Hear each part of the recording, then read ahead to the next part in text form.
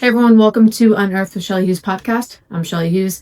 In this episode, we are talking to Joe Masciangelo. He is a COO of Starlight. He's a self-taught tech leader. He is an operational and creative genius and one of the most quietly powerful leaders of businesses that I know. And it's going to be really interesting to go through.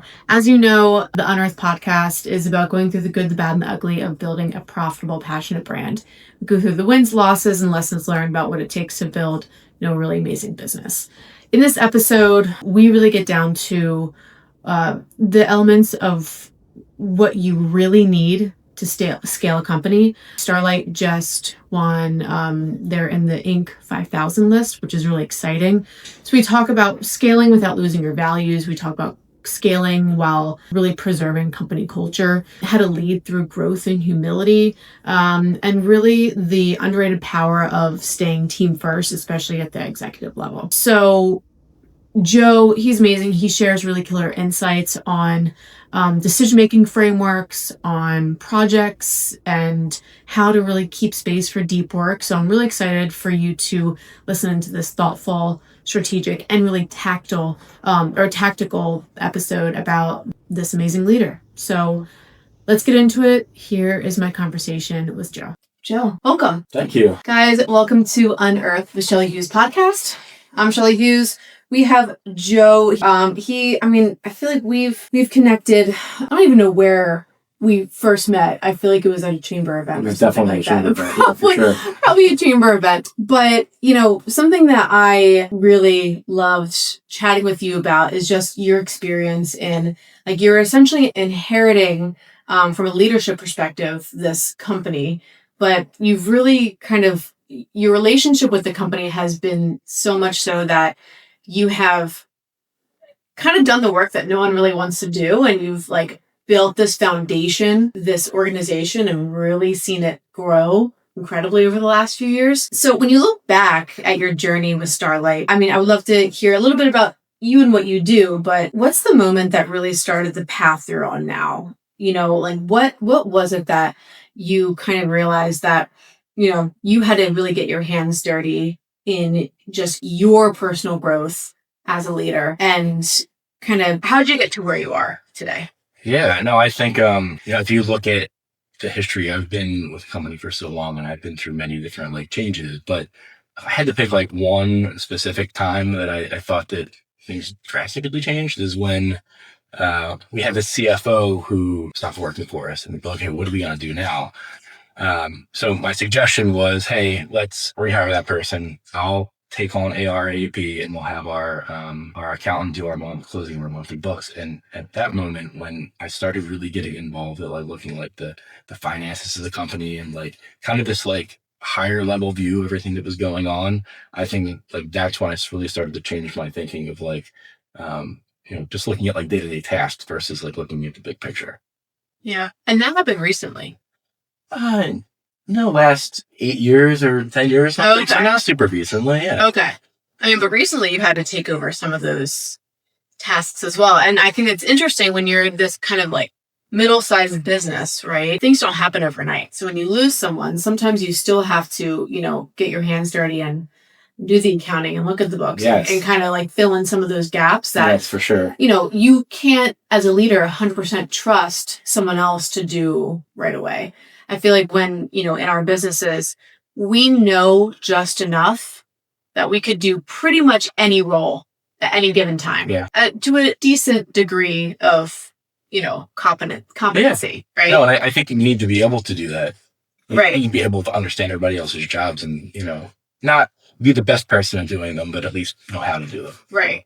So tell me about, in that season when you were solving a problem and really chasing this vision, and were you really focused on what had to get done and kind of picking up the stones as you were going, kind of figuring things out as you went? Or do you feel like it was very much planned? You had a very clear vision of where you wanted to be? I think that there was a whole bunch of figuring it out as we went. Yeah. Right. And that's not just me. I think that that's the nature of just, a small company growing, right? we figured everything out as we went along, because you encounter situations that you've never encountered before, and you're like, well, what are we going to do now? But if I would say at that point, the planned part of that transition was that we weren't really looking at things in terms of like our numbers as much. We weren't talking about like, our profit and loss, and looking at like different departments and their revenue. And, I think through that transition, we spent a lot of time saying like, well, we're not really using the tools that we have. How can we better keep track of this data, and then, look at it and make some decisions from it, Yeah.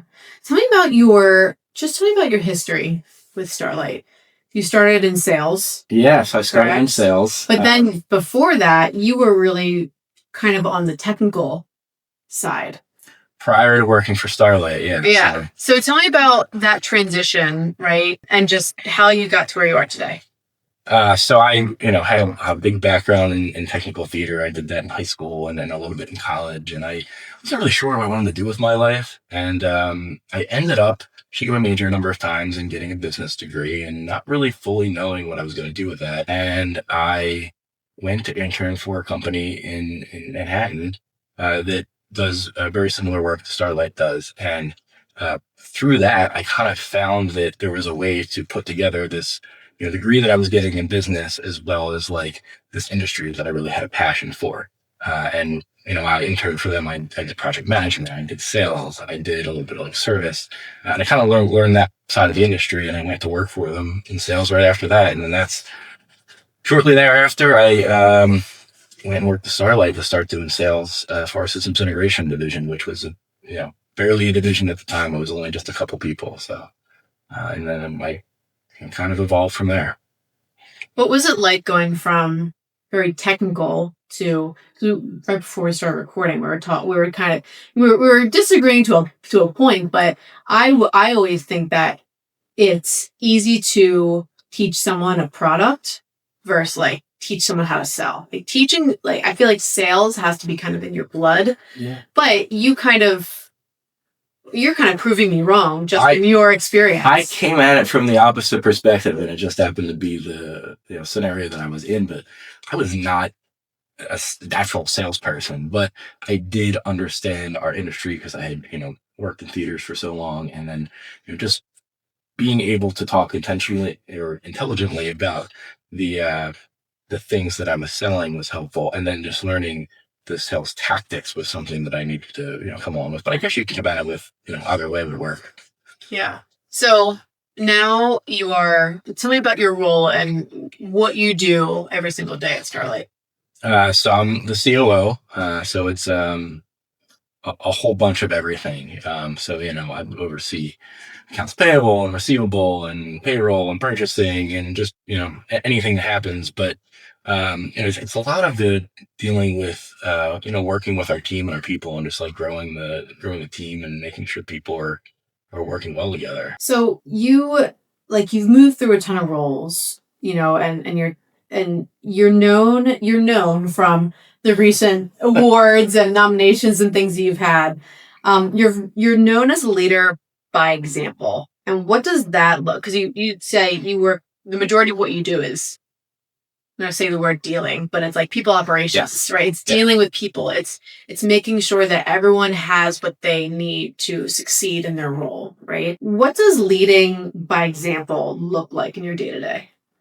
I think that you need to, we need to create policies, obviously, right? So like we expect people to act a certain way or do a certain thing in a certain situation. But I think it's important when we're sitting down and making those things that we're thinking about, like, well, how would I react to that if I was on the other side of it? And then when we do put something in place, I think it's really, really important that, me and like the other, management team are all, following that same process and procedure and leading by example in that way, and not making special rules for yourself, And how do you communicate that to your management? I feel like that's what does that look like in, talking about culture at Starlight? I think, culture for us is something that's like super, super important. I think you need to get everybody to be committed to it as well, right? So there's buy-in, and that starts with the upper management. So, when we're talking about something, they need to be, they need to buy into it as well before they can push it on to their team and so on and so forth. So you talked about communicating the why. Why is that so important to you? Because without the why, it just seems like we're asking you to do something for the sake of asking you to do it. And people don't really understand why it's important, right? So I think communicating in why is what gets people to understand why they need to do something, right? Yeah. And I think that, we actually talked about Steve Jobs earlier. I think that's one thing he did he just mastered in a lot of his presentations, whether they were doing a new product launch or whatever it is. He was so good at not communicating the what first, but communicating the why. Right. And it's talking about, it's talking about solving a problem first of like, why are we here today? Then you kind of talk about the what, because as we said, it when you're adding things to someone's already very long to-do list, you got to make sure that it's worth it. Number one, it's worth it to them. Number two, and you kind of communicate that why first. So you've moved through a ton of roles at Starlight. So you started at sales, and what were some of those those? Yeah, so I started in sales. I ended up being the IT person because we're a small company, and it was like, well, the printer was burnt one day, and I was like, I think I know how to fix that. And then next thing you know, you're doing IT, and then operations, and then in there we had an inventory system that wasn't really working for us, and then a company that had made it that was no longer in business.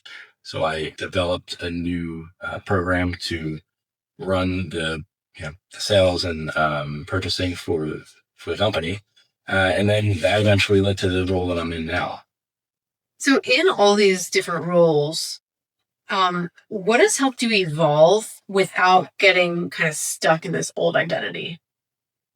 I think like asking, let's say asking questions. Like I think I moved from one spot to another because it was always I would identify a problem or something that I wanted to be better. Right? It was usually about like I needed more information to do something that I couldn't do without it. And I spent a lot of time talking to Dean, our founder, and I would come to him with ideas and be like, hey, I need this, and this is how I think we can do it. And it kind of just like coming to him with the complete idea of not only like, this is what the result I want is, but this is how I think I can do it. And being willing to take that on as a new initiative, kind of helped me jump from like, one thing to another and learning that it's just like constantly like, I think through some of those conversations with him, I've realized like you initially look at people who start a business and you're like, oh, wow, they know everything about everything. But what I realized is that we're all figuring it out together, and him including me, and I think I learned a lot from asking him questions and him telling me like how he came up with different answers to things. How can you like just jump from one thing to another? Yeah. I certainly don't know it all. And I think that's the point, right? You start a company because you see this gap, right? But the goal is you hire people so much smarter than you. Because like in the beginning, I was doing everything myself, right? I was kind of like fractional CMO. I was doing a little bit of the work on the side, but I realized I was not that good at the actual work, right? And so I'm like, okay, it takes me a lot longer to do it myself. It's not as good of a product. Why don't I hire someone that can do it 10 times faster and probably 20 times better than me, right? And I think that's kind of what you were to him for so long. And that's so rare to find. And I wonder where this came from for you. Like, I talk to my team about it.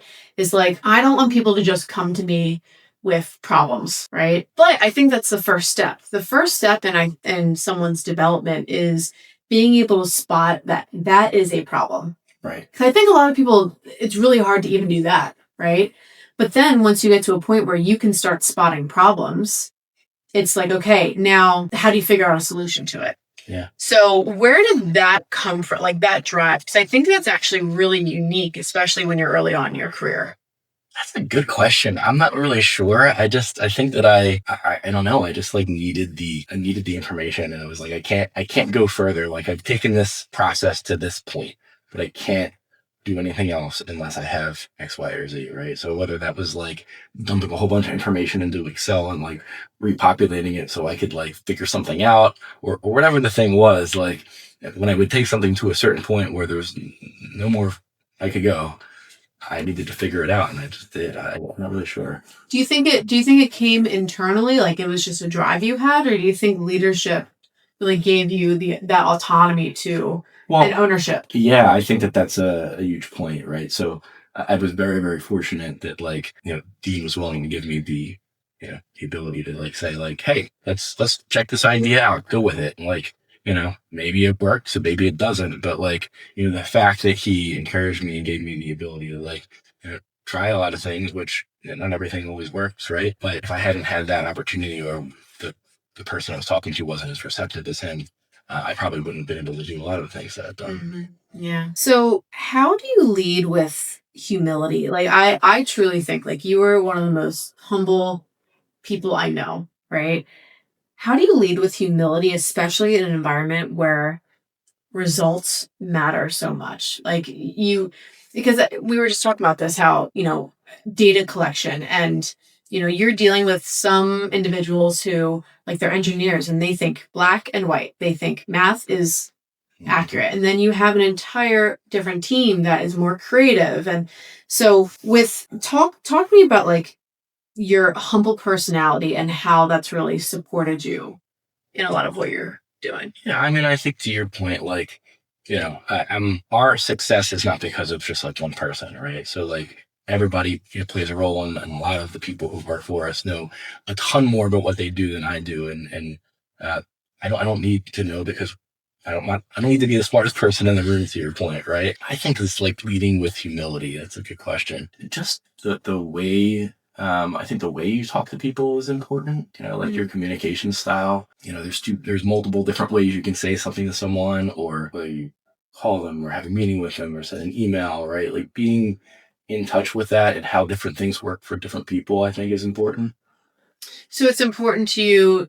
So do you think of that on an individual basis, or do you think of that as like a department basis? So it's important to you to, and then how do you gather that information of okay, this person likes to learn or be communicated with this way, where this person couldn't give a crap about X, Y, and Z. How do you gather that information? Is it kind of like trial and error? Yeah, she didn't like that. I think it is a little bit. I mean, I think that I think for me, I naturally start with a softer approach with those people. Sometimes it needs to be different than that, but I think that's my natural tendency is to be a little more laid back in my approach with people, and I think people have responded to that for the most part. Yeah. So I like to talk about, whenever I have, amazing people like you, and I like to talk about strategy, like vision, culture building, creativity. And your background specifically, you've had this really rare mix of business and technical theater. And then you had to learn sales, which I think is theater within itself, right? But a very authentic kind of theater. How has that creative foundation in your past influenced how you solve problems today in business? Yeah, I love this question, by the way. Yeah. So there's a couple of things that I think integrate these, right? So first of all, just the fact that I'm working in an industry that is essentially selling goods and services into the theater industry and a bunch of other things as well. Mm-hmm. But so the fact that those two things are related is great, right? Mm-hmm. But I think that, I can also draw a comparison with some of the things that you encounter, when you're doing a show, right? So take, for instance, if you're, the show is going to be at 8:00 on Friday night, right? And you've been working all this time to build the set and to do the lights and set and everything. But at the end of the day, the show's at 8:00 on Friday night, right? So no matter what happens, you have to be done, right? And I think that experience, if you translate that to business, well, sometimes it's really easy to get caught up in the minutia and the, what do they say? Perfection is the enemy of progress, right? So when I'm hitting a situation where I feel I'm trying to be too perfect and we're just not making a decision, and we're not getting there because we want it to be so perfect that we haven't done anything, it reminds me of that situation, because you know what? If I'm doing the show, it starts at 8:00 on Friday, let's do it, right? So I think that there's a comparison there. And that's, so in what I like to call it is analysis paralysis, right? And I always think back in college, right? I loved exams because you were prepared or you weren't prepared, and you went in and you did what you had to do and you handed it in, and that's all you could do. But whenever I had to write a paper, like you could make a million tweaks all night long, right? Yeah. And you hand it in and you tweaked it a million times and probably the original one was probably better, right? So how do you and I think especially for like the high performers, like the rock stars on our team, I notice that the rock stars on my team they aim for perfection just because that's what they expect of themselves, which is awesome, right? But so how do you see that like in people on your team, like kind of the rock stars on your team, and how do you say, hey, done is better than perfect, and how do you like get through that with them? It's hard, right? Because people want things. Hopefully, people want things to be really, really well, or done really well. So I think you just need to at some point be at that level where you're like, okay, you need to set like a time frame for it, right? What's a reasonable amount of time to get this project done, right? And I'm going to spend more time on it than that, well, that's never going to happen. I think that the time frame really is what helps you get past that point. I mean, not always, but Yeah, I think the other thing I wanted to mention about the connection between my theater background and like business is, one of the things that happens in that environment is like something sometimes goes wrong, right? You have a piece of equipment malfunction in the middle of the show, right? And now you need to problem solve this thing, and there's a million people who are waiting for you to do it, and you probably have a director who's yelling at you or whatever the thing is, and like there's an incredible amount of pressure right then and there, right? And I think that I've always handled those situations with just like being calm, which is the opposite of what most people expect. And I also try to do the same thing when it comes to business, when there's a whole lot going on and like this person freaked out about this and that's happening here. I'm like, okay, hold on.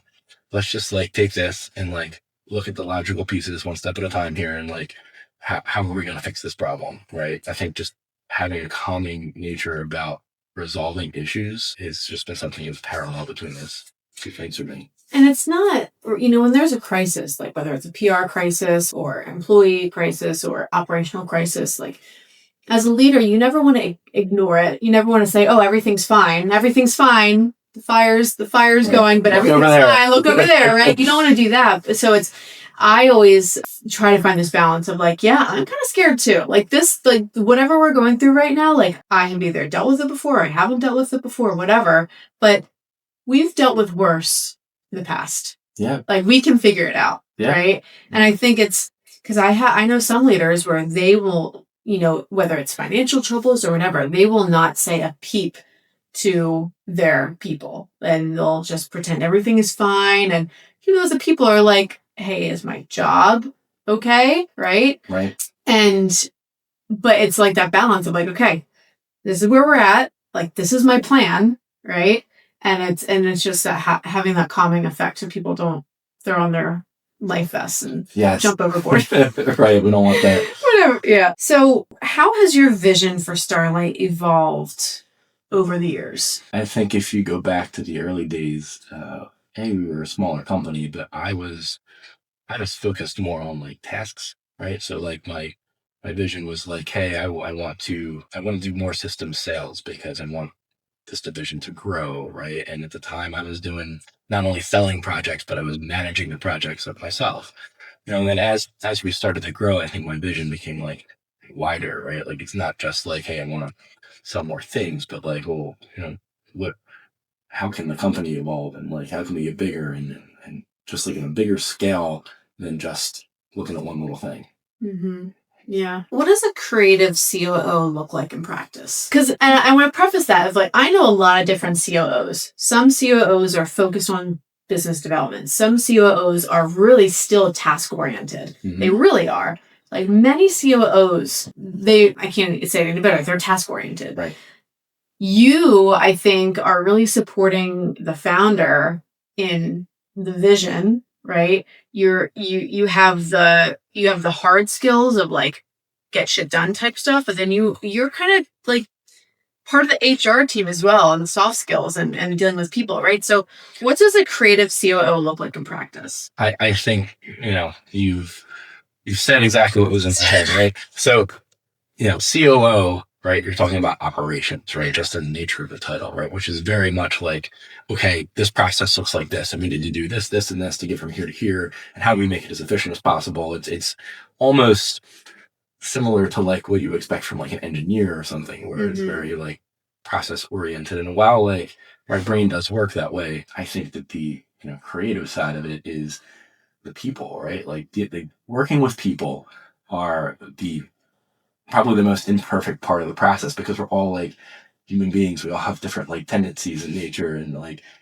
this person responds to this, like we were saying before, and that person responds to that. So you're figuring out how to communicate with people and like work with HR, or even like more creative things like marketing, for instance, right? Like I spent time doing that. Like it's not just about doing all these operational things, but it's like all these other things that integrate with each other to help make the business what it is. What gets you up in the morning? Like because I feel like a COO can be a million different things depending on your strength. What really gets you up in the morning and gets you excited about your position and what you do every day? I think that this is probably the reason why I've continued to be at the same company for so long, is that my day is never the same. If I was, moving a widget from one side of here to there every single day, I wouldn't be able to do that because I wouldn't keep my interest. But, I get up in the morning and it's like different projects going on. It was different than last week, or we're focused on this, and like,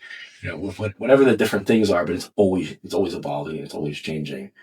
That's what keeps me interested. Yeah. So we talk about like strategy and vision and mindset, right? But then I like to really go into tactics. I really like to talk about, okay, like from like systems to workflows to like the operational rigor, like what has gotten you to your success, not just from a mindset point of view, but from like a tactical point of view, right? Yeah. So how do you structure your time and your week?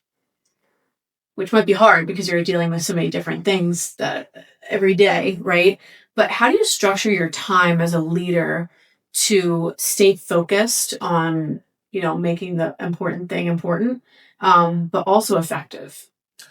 So since I'm dealing with a whole bunch of different disconnected things, I try to schedule out different time.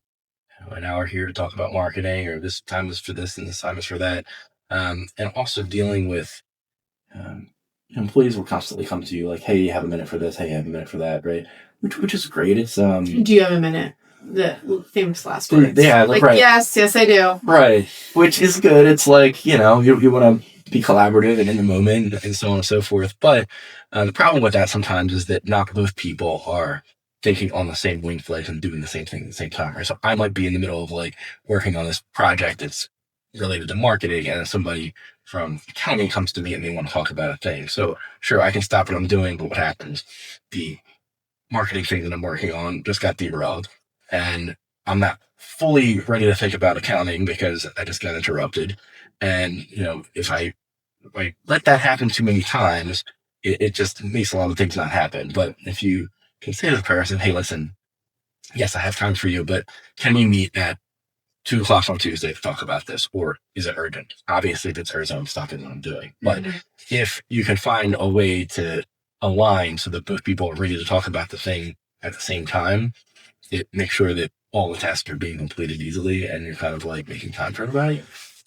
So it seems like your time is very outward, right? Like you're talking to marketing, you're talking to different departments, you're dealing with like, people challenges, right? How do you schedule time for you? Like, do you schedule time for you to just read about something that may or may not be involved in your industry or your job? I don't know. I feel like just to stay curious, like keep your energy levels up, like, or have you mastered that yet? No, I don't think I have.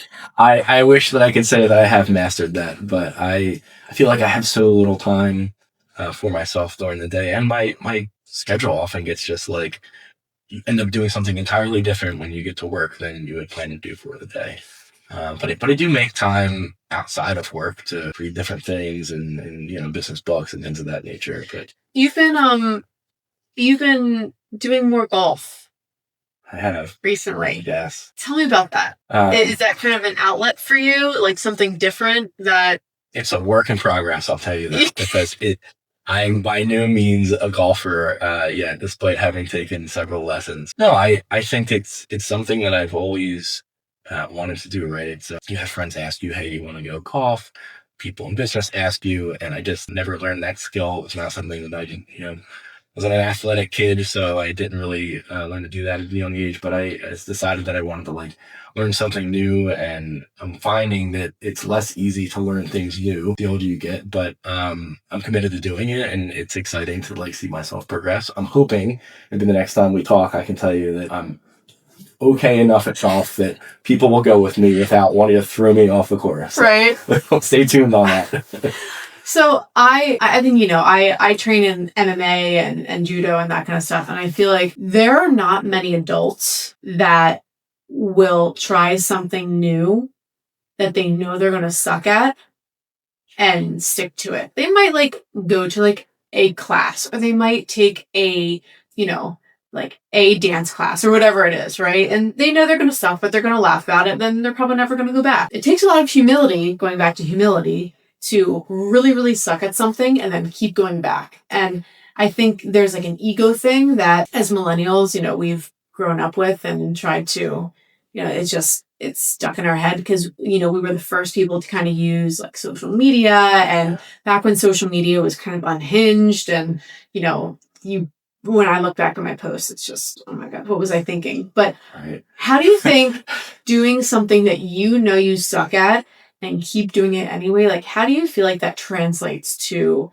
business and leadership? It's very similar, right? As we were talking about before, a lot of the things that we've done, we're well, I don't know what I'm doing right now. We have this new situation.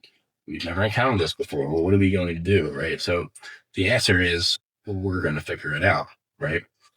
I know more about things now that I had no interest in knowing anything about, because we just had to figure it out, right?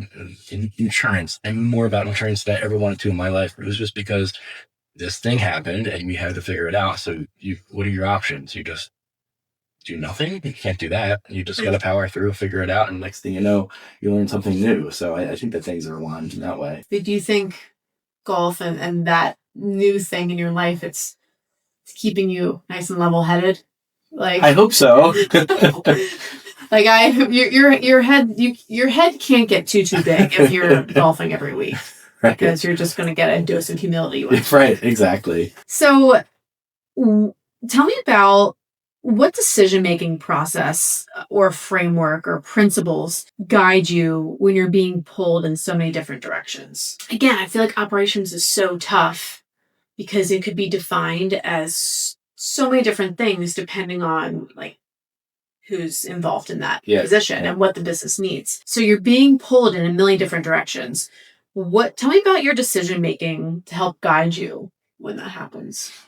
So there's a couple things that I'll reference. I think doing the most difficult thing first in my list of things to do is important, right? It's very easy to take that thing and be I'll do that later because these other 4 things are easier. But I don't know if you've ever read the book Eat That Frog. No. Yes, there's a book called Eat That Frog. It's a very quick read. It's a short book, but the concept is eat the biggest, ugliest frog first, because everything else after that is easy. I also think if I look at all the things that fall on my desk, right, there's no way I could possibly handle them all myself, right? So it's learning to stop and say, okay, is this something I really need to be doing, or is there somebody else I can give this to?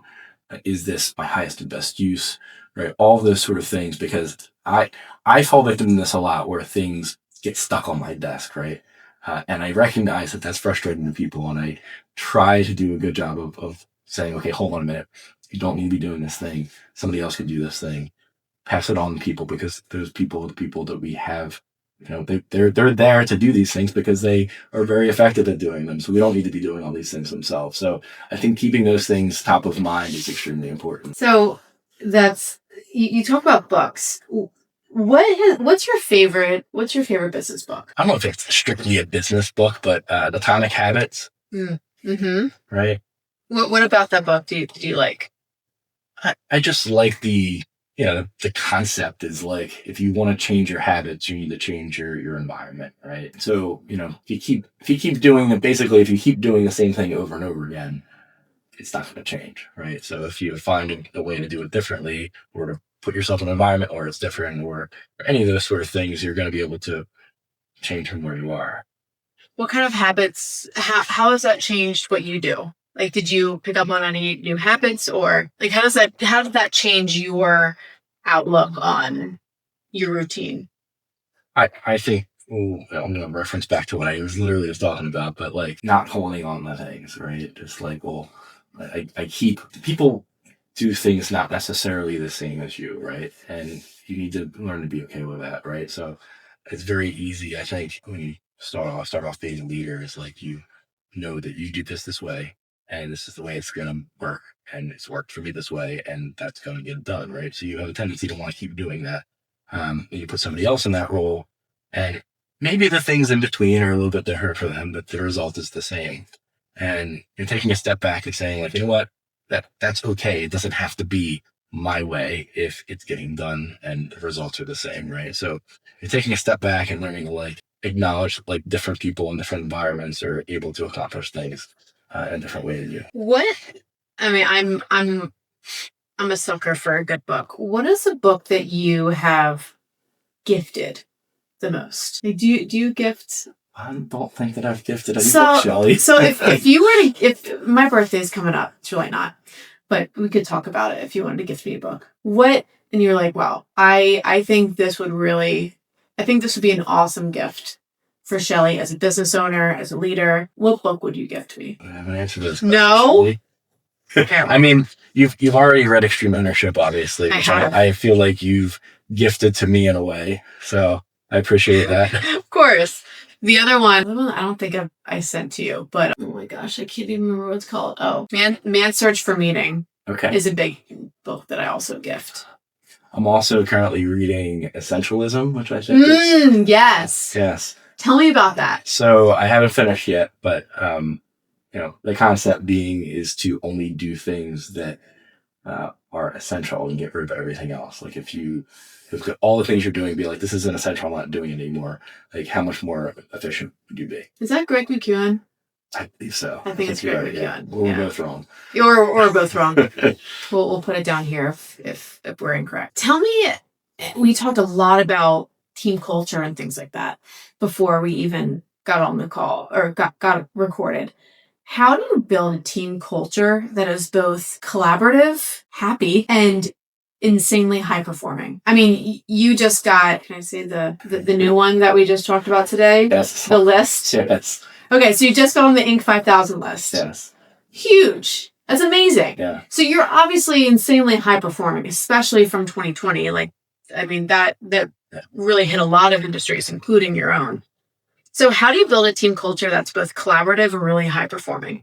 Right. Well, first of all, I mean, when you talk about something like that, the Inc. 5000, right? That's a testament to like all of the work that like everybody on our team's done, right? Like, we couldn't achieve things like that or any of the business awards or everything else we were doing if it wasn't for like every single person working on that team, right? It takes a village, as they say. Mm-hmm. But in terms of how do you build that, I think one of the principles that's important to me is that we want to give people the opportunity to contribute their thoughts and their feelings on things. Right? So there's a situation, hey, this is the thing we're trying to decide. Let's all talk about it. Everybody gives their feedback. But the important thing is, once we completed that portion of the decision-making process, and no matter if there were some people who agreed, some people who disagreed, some people who were in the middle, we come to a solution. We say, okay, this is how we're going to do this thing. And that everybody collectively from the top down is carrying out that in the same way.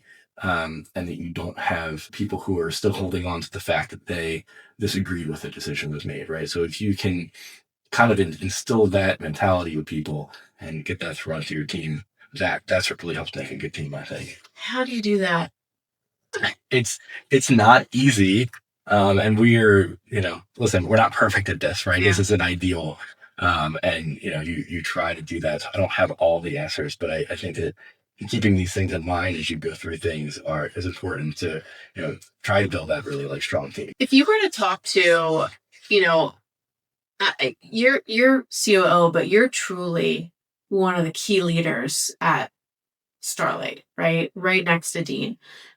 If you were, what kind of advice would you give to someone that is, maybe they're about to scale their business, or they're about to kind of take that next step in their business, kind of how you guys have scaled in the past few years? What's the main piece of advice you would give them as they're looking to take on more responsibility, more people, more troubles, right? That kind of scaling brings.